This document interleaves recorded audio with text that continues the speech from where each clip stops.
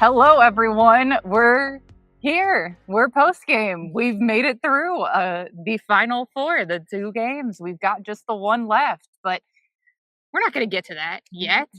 We've got a whole lot to talk about from today. Not a whole lot of offense to talk about from today, but plenty of other things to talk about. Of course, I am Jamie Steyer Johnson alongside Megan Gauer. We're here with her hoop stats at the final four here in Phoenix, Arizona, and a couple of games tonight. A couple of games that I think surprised people in a lot of ways. And we're going to start with the first game of the night, South Carolina and UConn. South Carolina coming away with a 62-48 win. And talking about games, talking about just some unexpected results. Also, some unexpected heroes there. Going to start off just with Agat McKeer, an incredible game from her. Yeah, she had 14 points off the bench for South Carolina. 2 threes, ties the season high for her in threes. And just, it was a really great game from her. And then I thought Tania Latson too, 16 points, 10 rebounds. I feel like there's been so much talk about Latson and did it really work at South Carolina and probably unfair expectations, right? She was never going to come to South Carolina and score 25 a game like she did at Florida State. Right. But I think for her to on this stage have a great game for them was good to see.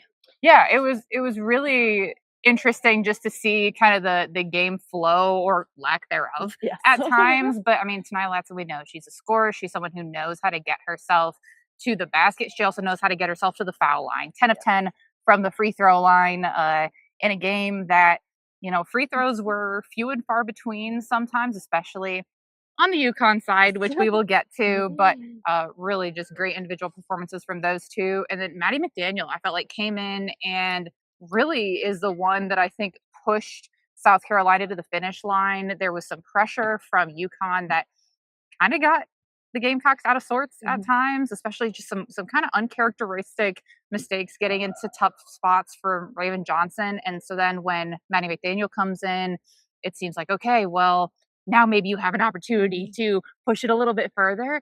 And she played with such great composure. Yeah, I thought when Raven Johnson picked up 2 early fouls in the first half and sat a good chunk of the first half, that could have been trouble for South Carolina, but she was able to come in and really keep them in it. It was a 2-point game at the half, I believe. So really were able to withstand her not being on the floor. And I thought that was really important for South Carolina because there's a world where that definitely could have gotten out of hand early on. But instead, like I said, 2-point game going in the half, and then McDaniel was able to continue helping them out in the second half, even when Raven Johnson was available to play. So I thought that was huge for South Carolina. And then also just their, in general, rebounding presence, I thought was really important for them. Obviously, they have a lot of size. They had, I don't know, at the half, it was 10 offensive rebounds. They only had to turn those into 5 second chance points, but just their rebounding made a huge difference. Yeah, I mean, 47-32 on the boards. You out-rebound a team by 15. That's generally going to be positive for you. And South Carolina definitely made sure that was the case. I think it's crazy to look at some of the discrepancies in some of these categories. 18 of 22 from the free throw line for South Carolina. You can only shoot 6 free throws. They go 4 of 6 from the free throw line. 2 of 6 from 3 for South Carolina. On the other hand, you have 6 of 21 for UConn. And so I think that tells you a lot about kind of the flow of the game on both sides. Yeah, agreed. I mean, we no side. There was just not the prettiest basketball played today. Like they say, defense wins championships. That's definitely the theme of today. But yeah, just the free throws discrepancy has obviously been the hot topic of this one. It's a shame when that is the hot topic of a Final Four game. We never want that. UConn typically doesn't shoot a lot of free throws. This margin maybe is a little bit more than normal margin. But yeah. Let's switch gears. Let's talk a little bit about UConn there. So you and I talked about this a little bit after that first game, where, as we said, a lot of people talking about free throw discrepancy. Like that's going to be a really easy topic to highlight when a team makes 3 times more free throws than you shoot. Yeah, that's gonna be something that gets discussed, and obviously discourse that continues always and forever about level of physicality in a game. And my point was that I think you can say a whole lot of things about officiating and about style of play.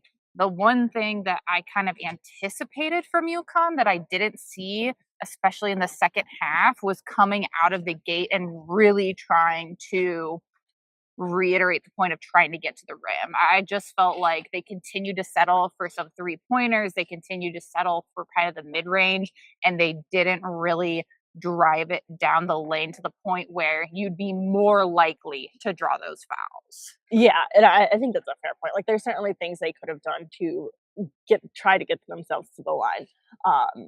So that is definitely a piece of it. Like the 21 threes, just I forget the number you said for South Carolina, but it's much lower than 21.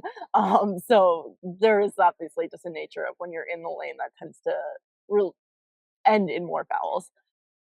I do still think that, like, when we were talking about South Carolina, 3 team fouls at the end of the third quarter, that's insane at any level.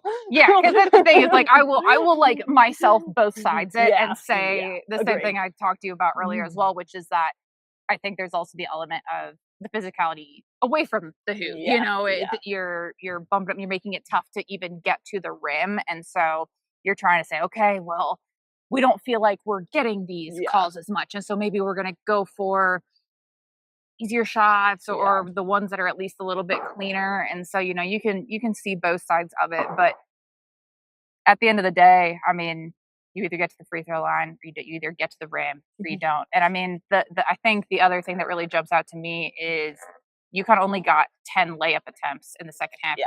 They also didn't make one of them. Yeah. They were 0 for 10 on layups in the second half. Sitting here saying that the reason they lost the game is because they didn't have enough free throws. Because there are many things we aren't saying that. At least there are. I mean, I'm sure people on the internet saying that. I am not saying that is why they lost the game, right? Like, ultimately, to win a game, especially at this level, you have to make shots, and UConn did not make shots tonight. And at 3-point line, inside, like, that's what it came down to. Well, and I mean, kind of the last point I'll have on the subject is that it is a little bit wild when we're talking about the coach who like was highlighting how poor the shooting has been in the tournament, and then it's your team that takes 21 threes. It's like, okay, you know, like I feel like you were aware of this issue to some degree, but at the same time, you know, the shots that are there are the shots that are there. So, any kind of last thoughts here on this South Carolina and UConn matchup? I think just for UConn, probably, like, of all the ways you would have seen them go out this season, I don't think I would have said, and most people would have said, that it would have been because, like, Sarah and AZ combined to go 7 of 31. Yeah. Like, I think that was, like, I don't think there's been a game this season where both of them had a bad game, and it just happened at the most unfortunate time. Yeah, it's crazy. I mean, especially coming off of some of the games that we've seen from them, like when they had some sort of struggles against North Carolina, like there were some slight chinks in the armor, but like they usually pulled out of it in such a huge way that you just weren't anticipating they were going to get a full game like that. But you were able to kind of pinpoint, okay, if the team can do this, then maybe they can have success. If a team can do this, maybe they can have success. And ultimately, I think South Carolina was able to put together a lot of the kind of small things we saw for short stretches. And they just did it for 40 minutes. Yeah, and obviously, like, a lot of that comes down to credit to South Carolina's defense, right? Like, they made life very, very hard for Sarah Strong and AT Fudd, and that was a huge part of why they had such an off night. Yeah, it was a crazy game. I mean, especially, you know, we talk about, like, Joyce Edwards, someone who has been so huge for South Carolina over the course of the season, and certainly not a bad game for her, but 5 of 14 from the floor. She goes 1 of 4 from the free throw line, like, very uncharacteristic there. So there's, I think, a lot of stat lines that you would be able to point out and be like, we feel pretty good about that. Tessa Johnson goes 0 of 3 from 3. We feel really good about that. But, you know, first of all, when you have Tania Latson, who's like not probably top 3 on your scouting report, that's massive. And then just the boost they got off the bench was huge. Absolutely. UCLA and Texas, again, not the prettiest basketball we've seen, but a lot of really impressive things from this one. Gosh, I think we have to start with Lauren Betts. Like, really, like, I don't know where you start with this game other than Lauren Betts. She has a double-double. She's probably the only player tonight that shot the ball really well from the floor. 7 of 10, 70%. maybe nothing more impactful than her block on Madison Booker down 3 with like a minute remaining to or up 3, I should say. Yeah. Sorry, with a minute remaining to prevent Texas from making it closer, and after they had already been on a run. I mean, and the crazy thing to me is that block from Lauren Betts, like that was in transition. That was not off an inbound. Like she didn't have the chance to just like get back. Like she was busting it to get back, stayed right with Madison Booker, and then gets to the rim. And I mean, my thing, I was like, ooh, like that's not a shot that I would be taking against Lauren Betts, like going up with my right hand on the left side. Like you're begging for the block. And so I mean, obviously things are happening quickly. I also think that there's an element of, okay, I'm going to the rim, you know, maybe I can draw a foul, but all of that aside, like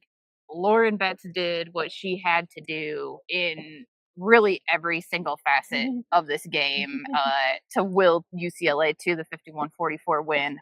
I feel like it's been crazy to me, especially down the stretch, how people continue to discount what Lauren Betts does at the college level and what she's shown as far as promise for the WNBA level. Like, I think it's crazy not to be talking about her as like a very, very easy lottery pick.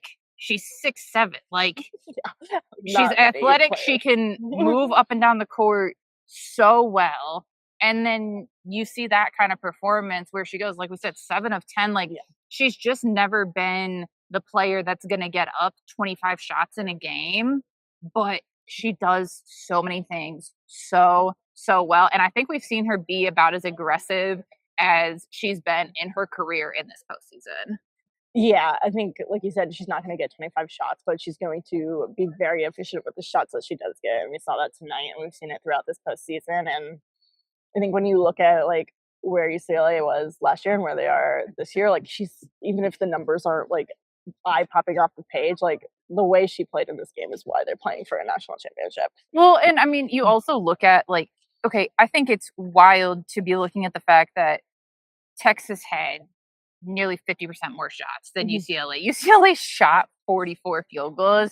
Texas had 65 because of the turnovers they forced, because of the offensive rebounds they got, but they just weren't able to pay them off. And a lot of that is because of the fact that Lauren Betts is such a great, you can call her a rim protector, but it goes beyond that because if she gets stretched out of the paint, she still is a great defender. And so it's because of really the all around impact that she has and the fact that she then allows everyone else to play so much more aggressively defensively.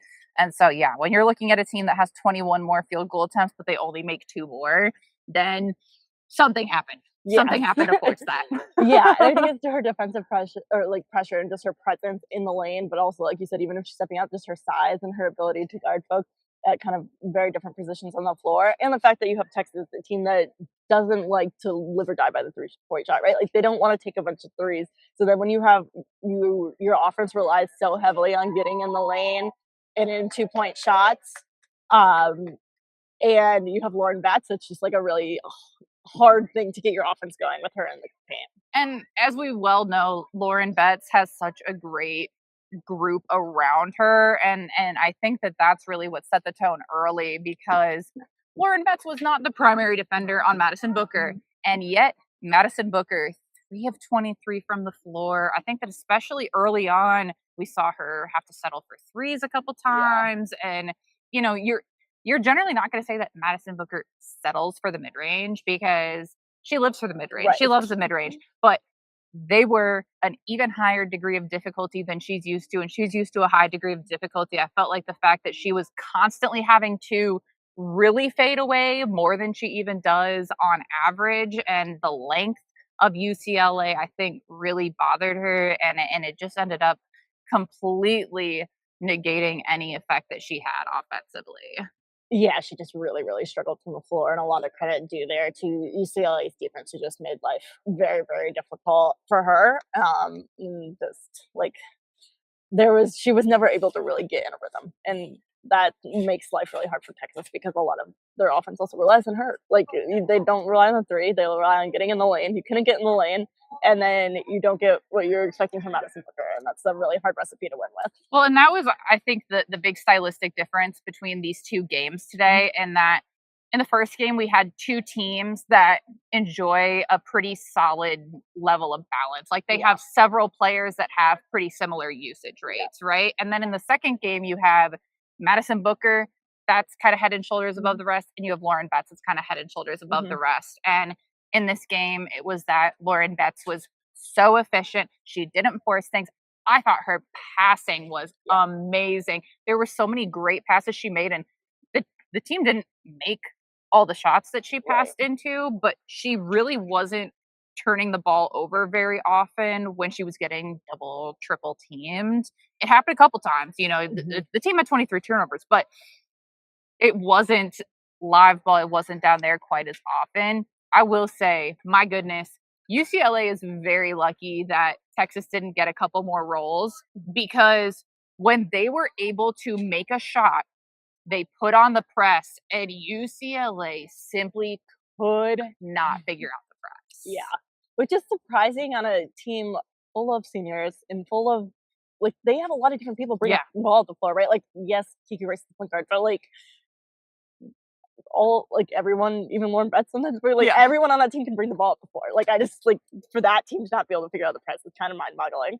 Yeah, I mean, they definitely could have ended up in a tougher spot with timeouts and stuff if they had to face the press more often. But when this is a Texas team that made 20 total field goals in the game, you can only set up the press so many times. And so it really felt like a very, very fortunate turn for UCLA, because my goodness, we saw it throughout the entirety of the game, but especially at the end, because Texas finally got some shots to fall. Yeah. And as soon as that happens, it snowballs to such a huge degree. But you have to credit UCLA for maintaining the composure when they had to. They took the timeouts, they advanced the ball, and boy, when they advanced the ball, they got it in bounds. You know, they made the free throws down the stretch. And so I certainly didn't anticipate the comeback that Texas was going to make at the end, especially just given the way the entirety of the game went. But my goodness, the press, it really came down to the press. But then I think when you look at the end of the game, that's where you saw UCLA's experience and the fact that this is a team that 16 years, like their rotation is 16 years, and like all those players are ready for that moment. They know what it means to be in a tight end game situation. They know their season is ending if they don't win this game, and like you just see that maturity, I think, with the age of this UCLA team. And I think the credit that UCLA doesn't get enough is their defense and their physical strength, because again, we talked about the physicality in the first game. What really blew me away was UCLA coming out and like, bam, immediately they were setting the tone with Texas. They were saying, like, you are not going to out physical us. Like, we are bringing this fight to you. And they maintained that energy throughout the entirety of the game. And that's why they were able, I think, to get off to such a strong start, because they just went out and they were muscling. They were really doing a great job of keeping Texas out of the paint. And that's not something that very many teams can do. Yeah, exactly. And you mentioned the strong fight. We didn't really talk about that, but they went out to, I think it was a 12 or 14-4 lead at the beginning of the game. And while like Texas was able to fight back from that, I don't think Texas ever took the lead. And it just was like really kind of, in a way, decided in that first quarter. Yeah. Just a really big run there. And then they were able to just do just enough throughout the rest of the game. And a lot of the time, I feel like it does come down to those strong starts, when otherwise you're going to be so neck and neck. I mean, UCLA, we knew they wanted their get back, and boy, did they get it. Yes.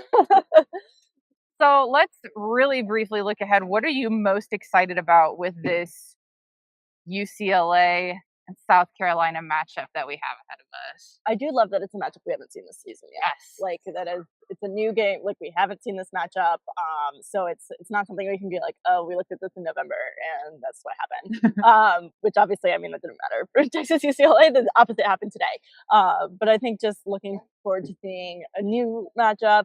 I think when we look at South Carolina and what they did today, such a big part of it was their post play and their bigs. And now you have to match up with Lauren Betts, which I think is going to be a really intriguing matchup. Yeah, you're preaching to the choir. We have the #1 post play fan in all of Phoenix here. I will fight anyone for that crown. So I certainly am right with you. I'm so excited for that. I would love if we got some good looks from both post players on both sides. I would love if we got maybe over 100 total points in the game. That would be great. If that's not too much to ask. You know, both teams should be a little bit more used to the arena, to the rims, all that. They have another practice tomorrow.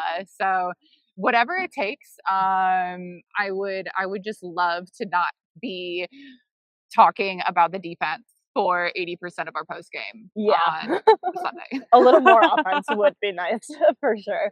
But I think for like the UCLA side of things, right? If we look at like what do they have to do better than today if they want to win a national championship, I think like the number one thing for me is you cannot turn the ball over 23 times against South Carolina if you're going to win a national championship. Like that has to get cleaned up.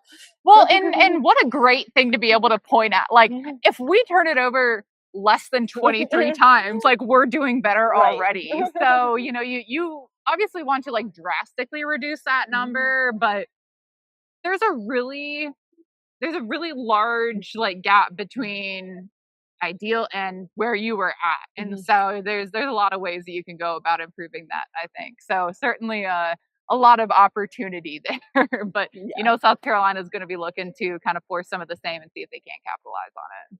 Yeah, and then on the flip side for South Carolina, I think what's interesting for them is like for UCLA, you know, like the ball's going to Lauren Bedtire. Like that is like the player they're going to trust to make the biggest plays. And I feel like we still don't really know who that is for South Carolina. And that's maybe an advantage in that you have probably 5 players that can be that person, but also maybe a disadvantage in that like who is you don't know that you have your go-to. I feel like in the postseason it's kind of been Tanaya Latson. Like she just has that level of maturity and she's been there. But you know, you have, like you said, so many options. And so who is it going to go to? I mean, Joyce Edwards coming off a little bit of a rough game. And so maybe she's looking for that big bounce back. She's someone who is just so tough to defend because of her versatility. So I do think that for South Carolina to win, they definitely need to get a pretty good game out of Joyce Edwards. Yeah, agreed. I think it's just the key for them. All right. Well, we'll leave some of the previews, some of the analysis for some of our colleagues tomorrow. But man, a couple of really exciting games. I know that it's going to be like running through my head the whole rest of the night, but so fun to be able to break them down with you here, Megan, and really looking forward to doing it again on Sunday. Yes, we will be back on Sunday again from Mortgage Matchup Arena. Not the most exciting.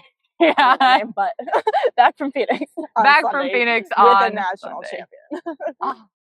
A national champion. It's coming up. All right, folks, make sure you are subscribed. Make sure you're following all of the other coverage we're going to have coming out. As always, we are coming at you fast and furious all weekend. And so you won't want to miss a single post, a single podcast, a single anything. So make sure that you're following Her Hoop Stats on whatever platform you use.